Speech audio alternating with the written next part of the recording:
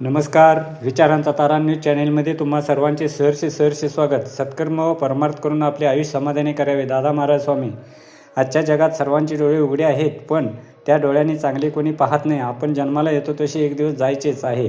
मात्र आहे तोवर सत्कर्म व परमार्थ करून आपले आयुष्य समाधानी करावे, असे मत भाळवणी शिरगाव फाटा येथील सद्गुरू विश्व सेवाश्रमाचे परमपूज्य शिवरबुवा रामदासी उर्फ दादा महाराज यांनी व्यक्त केले. कुन्नूर येथील तावदेवाड्यात शंभू महादेव मंदिरात महाशिवरात्री उत्सवानिमित्त आयोजित प्रवचनमालेत 5व्या दिवशीची प्रवचन सेवा देताना दादा महाराज यांनी वरील मत व्यक्त केले. पुढे बोलताना ते म्हणाले की जीवन जगताना गर्व न करता ईश्वराच्या भक्तीत लीन व्हावे. पुण्य मिळवण्यासाठी आपला जन्म आहे. जीवनात रामदास स्वामींचा आदर्श घे, त्यांचे विचार आपल्या मुलांना द्यायला हवे. धर्माची परंपरा जपून प्राचीन काळापासून आलेल्या आपल्या संस्कृतीचे जतन केले पाहिजे, असे शेवटी सांगितले. तर हिंदू जनजागृती सनातन संस्कृतीचे किरणदर्शी मार्गदर्शन करताना म्हणाले की शिव हा सर्वात श्रेष्ठ आहे, त्यामुळे अखंड ब्रह्मांडामध्ये त्याची पूजा केली जाते. हिंदू धर्मामध्ये नाम जपाला अनन्यसाधारण महत्त्व आहे. ईश्वर चराचरात आहे, तो समजून घेतला पाहिजे. हिंदू धर्मात हजारो वर्षापासून परंपरा चालत आल्या आहेत, पण त्या लोप पावत आहेत, कारण आम्ही इंग्रजांची परंपरा जपत चाललो आहे. तेव्हा हे सर्व सोडून आम्ही हिंदू धर्माच्या रूढी परंपरा जपून हिंदू धर्माचे रक्षण केले पाहिजे, असे सांगितले. यावेळी माजी खासदार व जिल्हा बँक अध्यक्ष अण्णासाहेब जोल्ले म्हणाले की तावदारे परिवाराने महाशिवरात्री उत्सवाच्या निमित्ताने शंभू महादेव मंदिरात जो 7 दिवस सत्संग आयोजित केला आहे, तो आदर्श घेण्यासारखा असून या शंभू महादेव मंदिरासाठी व येथे आयोजित करण्यात येणाऱ्या कार्यक्रमासाठी जे सहकार्य हवे ते देऊ, असे सांगितले. प्रारंभी शंभू महादेवाचे दर्शन घेतल्यानंतर स्वामीजींची पादपूजा तसेच अण्णासाहेब जोल्ले, किरण देशे व वैभव भावेर यांचा सत्कार करण्यात आला. महाआरती व महाप्रसाद वाटप करून प्रवचनाची सांगता करण्यात आली. मित्र हो, विचारांचा तारा न्यूज चॅनेलला सबस्क्राईब करून, लाईक करून, शेअर करावे अशी विनंती करतो आणि इथेच थांबतो. धन्यवाद. विचारांचा तारा न्यूजसाठी कुन्नूरहून रंगराव बन्ने, बारवाड. देवाला स्वयंपाक केला जातो, देवाला नैवेद्य दाखवला जातो, तर दुसरा नैवेद्य कोणासाठी काढला जातो? गायीसाठी काढला जातो. अशी परंपरा अजूनही अनेक घरांमध्ये आहे. एवढं महत्व आपल्या हिंदू धर्मात गोमातेला आहे. तर हे झालं प्राण्यांच्या बाबतीत. आता त्याच्या पुढे जाऊन आपण विचार केला तर आपण असे काही सण साजरे करतो की ज्या सणांना आपण वनस्पतींची, झाडांची पण पूजा करतो, वृक्षांची पूजा करतो. असे कुठले सण आहेत? वटपौर्णिमा म्हणजे महिला आपल्या पतीला दीर्घायुष्य मिळावं याची घालतो आणि वडाची आपण पूजा करतो. एरवी प्रत्येकाच्या अंगणामध्ये आपण कोणाची पूजा करतो? तुळशीची पूजा करतो. काही सणांना आपण पिंपळाची पूजा करतो, बेलाची पूजा केली जाते. असे अनेक वृक्ष आहेत की जे आपल्या हिंदू धर्मामध्ये पवित्र मानले गेलेले आहेत. त्यातला एक वृक्ष म्हणजे आंबा. आंब्याच्या पानांचा आपण प्रत्येक सणाला काय लावतो? तोरण लावतो. तर अशा पद्धतीने आपण अनेक सणांना वृक्षाची सुद्धा पूजा करतो. ती का करतो?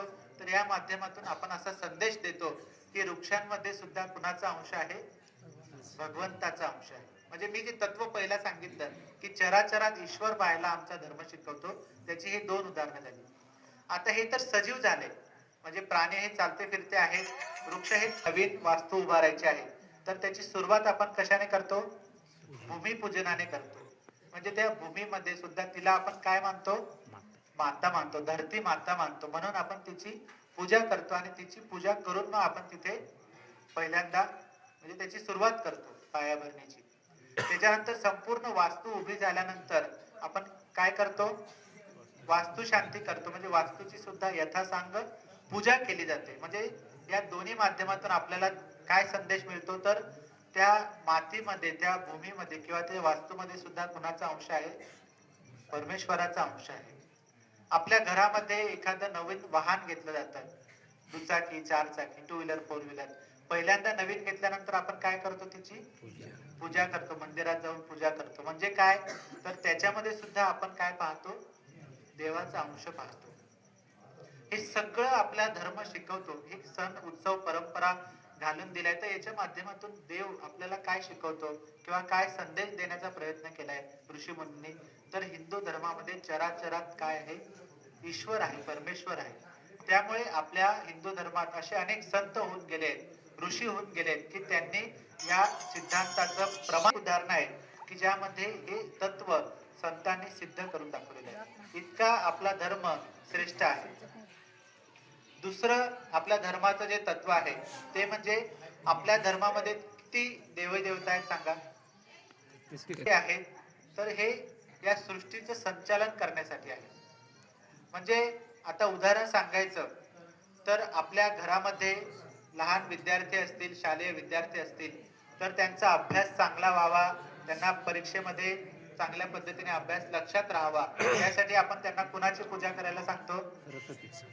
सरस्वती देवीची आणि गणेशाची, गणपतीची.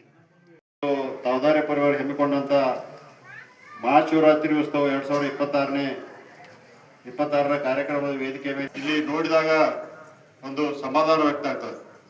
ಯಾಕಂದ್ರೆ ಸಣ್ಣದೊಂದು ಗುಡಿ ಇದ್ದದ್ದು ಎಲ್ಲರೂ ಇಟ್ಟು ಭಕ್ತಿ ಶ್ರದ್ಧೆಯಿಂದ ಅದನ್ನ ಒಳ್ಳೆಯ ರೀತಿಯಿಂದ ಮಾಡಿ ವರ್ಷಕ್ಕೆ ಏನೊಂದು ಶಿವರಾತ್ರಿ ಉತ್ಸವದಲ್ಲಿ ಈ ಪ್ರಕಾರ ಕಾರ್ಯಕ್ರಮ ಮಾಡಿ ಸ್ವಲ್ಪ ಒತ್ತಡದ ಜಗತ್ತಿನಾಗ ಏನೋ ಒಂದು ಮನಸ್ಸು ನೀವು ಖುಲ್ಲಾ ಮಾಡ್ಕೋತೀರಿ. ಅಂದ್ರೆ ಸ್ವಲ್ಪ ಆಧ್ಯಾತ್ಮಿಕಗಳಿಗೆ ಹೊರಳಿ ಮತ್ತೆ ಮರಳಿ ನಾವು ಇವತ್ತು ಏನು ಎಲ್ಲರೂ ಹಿರಿಯರು ಕೂತಿದ್ದೀವಿ, ಇದು ಮುಖ್ಯವಾಗಿ ನಾವು ಇವತ್ತು ಯುವಕರನ್ನೆಲ್ಲರೂ ಕರ್ಕೊಂಡ್ಬಂದು ಕೂಡ್ಬೇಕು. ಯಾಕಂದ್ರೆ ಏನಾಗ್ತದೆ, ಪ್ರವಚನ ಕೇಳೋದು ಮಾಡೋದು ಎಲ್ಲರೂ ಒಟ್ಟು ವಯಸ್ಸಾದವ್ರು ಕೇಳೋದಂತ ಈ ಪ್ರಕಾರ ಒಂದು ಹೊತ್ತ ಬಂದದ. ಆದ್ರೆ ನಮ್ಮ ಇವತ್ತು ಯುವಕರಿಗೆ ಬಹಳಷ್ಟು ಒಂದು, ಯಾಕಂದ್ರೆ ಇವತ್ತು ನಿನ್ನೆ ಮಹಾಶಿವರಾತ್ರಿ ಉತ್ಸವ ಮಹಾದೇವ್ ಮಂದಿರ ನಿಪ್ಪಾಣಿಯಲ್ಲಿ ಆಯಿ ಬಾಪ ತಿಳ್ಕೊಂಡು ಒಬ್ಬರ ಜಾಕಾರಿ ಅನ್ಕೊಂಡು ಒಬ್ಬ ವಕ್ತಾರ ಕರ್ಕೊಂಡ್ ಬಂದಿದ್ರು. ಇಷ್ಟು ಒಳ್ಳೆಯ ರೀತಿಯಿಂದ ಅವ್ರು ಹೇಳಿದ್ರಂದ್ರ ಮಕ್ಕಳಿಗೆ ಬುದ್ಧಿ ಮಾತ ಇವತ್ತೇನ್ ಜಗತ್ತಿನಾಗ ಇವತ್ತು ನಮ್ಮಲ್ಲಿ ನಡೆದದ ಅದರಲ್ಲಿ ಯಾವ ಪ್ರಕಾರ ಇರ್ಬೇಕು, ಏನ್ ಇರ್ಬೇಕು, ಏನ್ ತಪ್ಪಾಗದೀವೋ ಅನ್ನೋದೊಂದು ಹೇಳುವಂತ ಕೆಲಸ ಕಾರ್ಯಗಳನ್ನು ಮಾಡಿ ಅಂದ್ರೆ ಈ ಒಂದು ನಿಮಿತ್ತ ಆಗ್ತದೆ ಇವತ್ತು ದೇವಸ್ಥಾನ. ಆದ್ರೆ ಅದ್ರ ಮುಖಾಂತರ ಮನೆಗಳಲ್ಲಿ ಒಂದು ವ್ಯವಸ್ಥಿತ ಇರುವಂತ ಕಾರ್ಯಕ್ರಮಗಳು ಇಲ್ಲಿ ಆಗ್ತಿರ್ತಾವು. ಯಾಕಂದ್ರ ಅತಿ ಮಹತ್ವದ, ಯಾಕಂದ್ರೆ ದೇವ್ರಂದ್ರ ಎಲ್ಲರಿಗೇನೋ ಒಂದು ಅಂಜಿಕೆ ಇರ್ತದ. ಒಂದು ವಿಷಯ ನನಗೆ ನೆನಪಾಗ್ತದೆ. ಇಲ್ಲಿ ಮೊನ್ನೆ ಹಿಂದೆ ಇದ್ದಾಗ ಇವತ್ತು ಸಿದ್ದೇಶ್ವರ ಸ್ವಾಮೀಜಿಯವ್ರು ಗಣೇಶ ಸ್ವಾಮೀಜಿಯವ್ರ ಮುಂದೆ ಒಂದು ಚರ್ಚೆ ನಡೆದಿತ್ತು. ಎಲ್ಲರೂ ಸೇರಿದಾಗ ಹಿಂಗೆ ಗೊತ್ತಾಗ ದೇವ್ರ ಅದಾನೋ ಇಲ್ಲೋ ಏನಾಗಿತ್ತು ಅನ್ನೋದು. ಒಬ್ರು ಇದಾರ ಅಂದ್ರೆ ಒಬ್ರು ಇಲ್ಲ ಅಂದ್ರೆ ಬಹಳಷ್ಟು ವಾದ ಹಾಕಿರು. ಏನ್ರಿ ಇಷ್ಟು ಅನ್ಯಾಯ ನಡೆದ ಮಾಡಿದ ಮತ್ತೆ ದೇವ್ರು ಏನ್ ಮಾಡಾಕದಾನು ಏನಾಗ್ಬೋದ ಹಿಂಗೆಲ್ಲ ನಾವು ವಾದ ಹಾಕ್ತಿದ್ದೇವೆ. ಅಂದ್ರ ಯಾಕೆ ಹೇಳ್ತೀನಂದ್ರ ನಮ್ಮ ವಿಚಾರಗಳು ಎಲ್ಲಿ ತಕ ಇರ್ತಾವಂದ್ರ ಅದ್ರ ಮುಂದಿನ ವಿಚಾರಗಳು ಸ್ವಾಮೀಜಿಯವ್ರದ್ದು ಇರ್ತಾವ, ಅದ್ರ ಮುಂದಿನ ವಿಚಾರ ಇರ್ತದ. ಇಷ್ಟೆಲ್ಲ ಚರ್ಚೆ ನಡೆದಾಗ ಮಾಡಿದ್ ಒಂದ ಮಾತು ಹೇಳ್ರು, ಅನ್ನ ಸಾಬ್ ದೇವ್ರು ಇದಾನೋ ಇಲ್ಲೋ ನನಗೂ ಗೊತ್ತಿಲ್ಲ ನಿಮ್ಗೂ ಗೊತ್ತಿಲ್ಲ ಅಂದ್ರೆ ಸಿದ್ದೇಶ್ವರ ಸ್ವಾಮೀಜಿಯವ್ರು ಹೇಳಿದ ಅವಾಗ ಮಾತಿಗೆ ಎಲ್ಲರ ಮುಂದೆ ಹೇಳಿದೆ. ಆದ್ರ ಜಗತ್ನಾಗ ಇವತ್ತು ಏನಾದ್ರೂ ಒಂದ್ ಸ್ವಲ್ಪ ಮನುಷ್ಯನಾಗ ಹಂಚಿಕೆ ಐತಿ ಅಂದ್ರ ಅದು ದೇವ್ರ ಅದಾನ ಅದಕ್ಕೊಂದು ಭಕ್ತಿ ಭಾವ ಮನುಷ್ಯನಾಗ ಐತಿ, ಅದರಿಂದ ಸ್ವಲ್ಪ ಹಂಚಿಕೆ ಐತಿ. ಇವತ್ತು ನ್ಯಾಯಾಂಗೂ ಉಳಿದಿಲ್ಲ, ಕಾರ್ಯಾಂಗೂ ಉಳಿದಿಲ್ಲ, ಎದಕ್ಕ ಯಾರೂ ಅಂಜುವಾರ ಈಗ ಸದ್ಯದ ಕಲಿಯುಗದಾಗ. ಆದ್ರೆ ಎಲ್ಲೇ ಒಂದು किती जन्मापूर्वी 10, 20, 50, 100, 200, 500, 1000, 2000 अनंत जन्माचे सुकृत पदरी, अनंत जन्माचे सुकृत पदरी. आणि त्याही वेळेला जन्मोजन्मी आम्ही बहुपुण्य केली. जन्मोजन्मी आम्ही बहु म्हणजे एवढं एवढं एवढं एवढं एवढं पुण्य गोळा केलं, त्याच्याशिवाय आत येऊ शकत डो नॉट एंट्री. तुम्ही येऊच शकत नाही. तुमच्या हृदयामध्ये विराजमान होतोय कोण? भगवंत.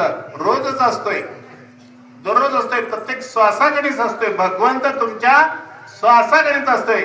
पण आज माहित होतं, आज दादा महाराजांचं कीर्तन प्रवचन, दादा महाराजांचा सत्संग प्रवचन सांगली जिल्ह्यातून येणार आहे, विटा भाळुणीसनी येणार आहे. सगळे बेळगाव जिल्ह्यातील मला वाटते, बहुतेक सगळे बेळगाव जिल्ह्यातील. मला मात्र तुमचं हृदय अंतःकरण भरभरून तिथून हाक मारली.